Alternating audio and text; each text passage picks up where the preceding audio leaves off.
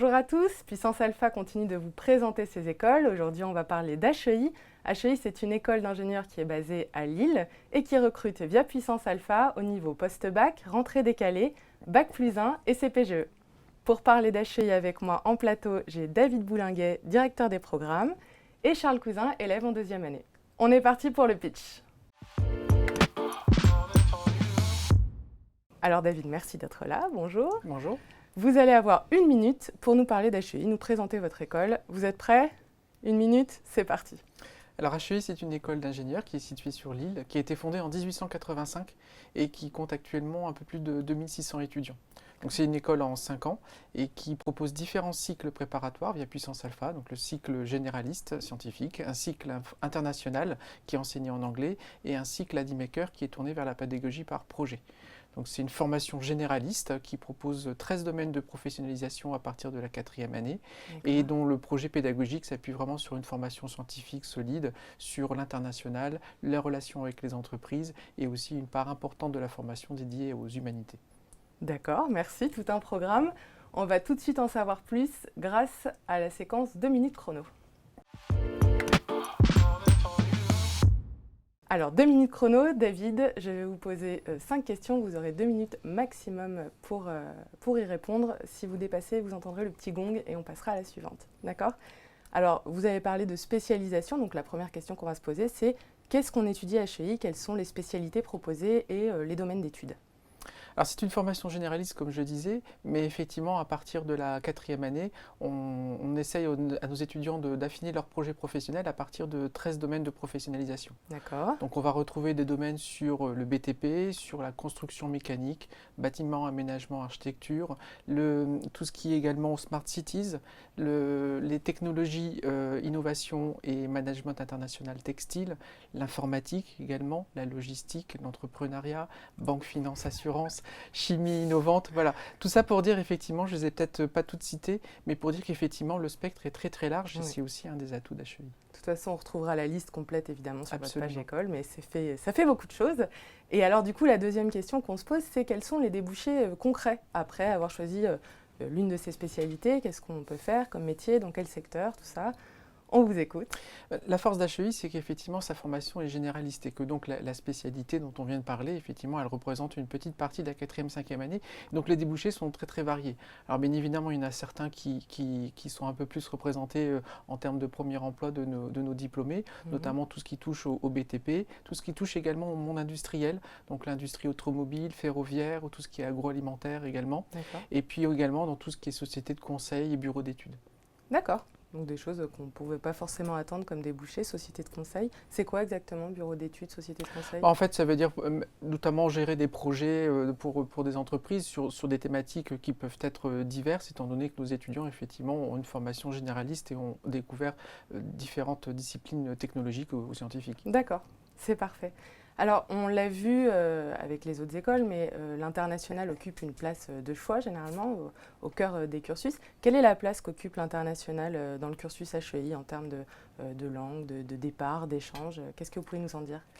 Alors, la dimension internationale est double parce que déjà on accueille des étudiants internationaux dans nos formations et dans les spécialités que j'ai citées, l'une d'entre elles, Smart Cities par exemple, est entièrement enseignée en anglais, donc ce qui permet aussi d'accueillir des étudiants anglophones, donc qui représentent une proportion importante des étudiants en 4e, 5e année. Et puis également nos étudiants de 4e, 5e année vont également être amenés à faire une mobilité à l'international. Alors cette mobilité d'un semestre, elle peut revêtir différentes formes. Ça peut être un des stages qui est réalisé à l'international. Ça peut être également un job ou un projet personnel, comme une année de césure.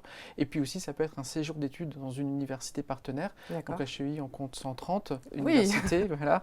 Et puis, parmi certaines de ces universités, il y a des possibilités de double diplôme, notamment au Québec ou en Australie.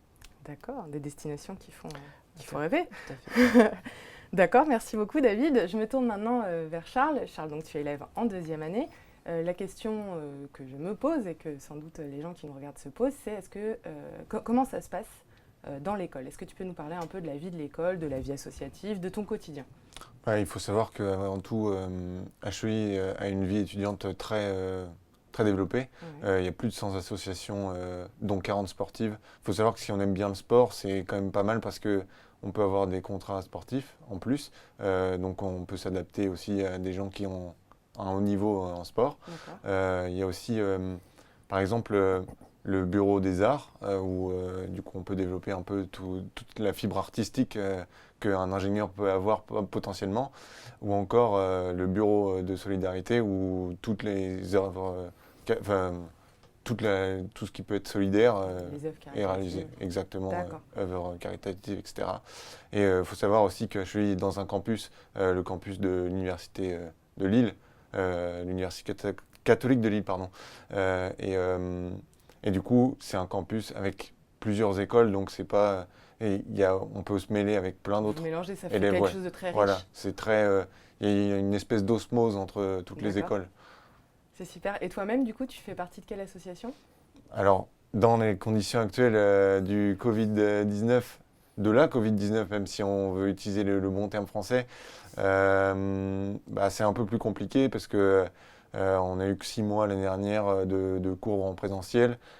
Comme a priori, je pense, tous les élèves qui nous regardent actuellement. Et cette année, on est de nouveau passé en distanciel. Sinon, je comptais faire partie d'une association sportive de hockey sur gazon, si vous voulez tout savoir. D'accord. Oui, je veux toujours tout savoir.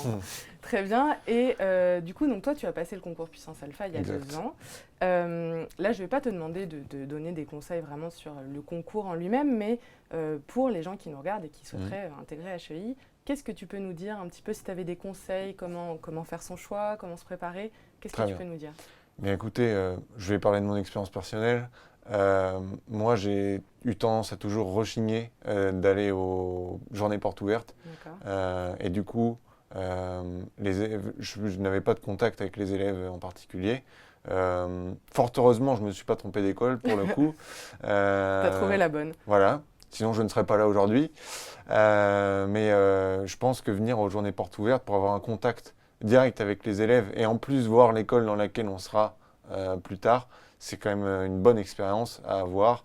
Et en plus, on peut discuter avec les élèves qui seront toujours, je pense, ravis de parler de leur expérience dans l'école. Bah oui, pour partager un petit peu. Voilà, partager les expériences. Formidable, merci à vous deux. On va maintenant passer à la carte mystère.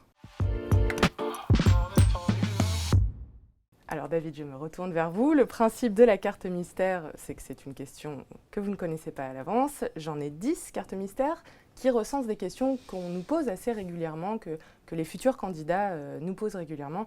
Donc du coup, on décide de vous les poser à notre tour. Donc allez-y, donnez-moi un chiffre entre 1 et 10. Donc choix difficile, allez, je vais dire 8. 8. Alors, je suis en première actuellement. Est-il obligatoire de prendre Maths Expert l'an prochain pour intégrer votre école? Alors, avec le concours Puissance Alpha, non, effectivement, il n'est pas obligé de prendre l'option Maths Expert. Par contre, effectivement, ce que l'on demande aux étudiants, c'est de suivre, soit de continuer la spécialité maths entre l'année première et l'année terminale, ou pour ceux qui abandonneraient la spécialité maths, c'est d'avoir conservé l'option maths complémentaire avec 2 spécialités scientifiques au choix parmi celles proposées. Oui, c'est parfait. Merci de nous éclairer un peu parce que c'est vrai que la réforme du bac est un peu au cœur des questionnements en ce moment et c'est des questions qu'on nous pose assez régulièrement. Donc merci d'y avoir répondu.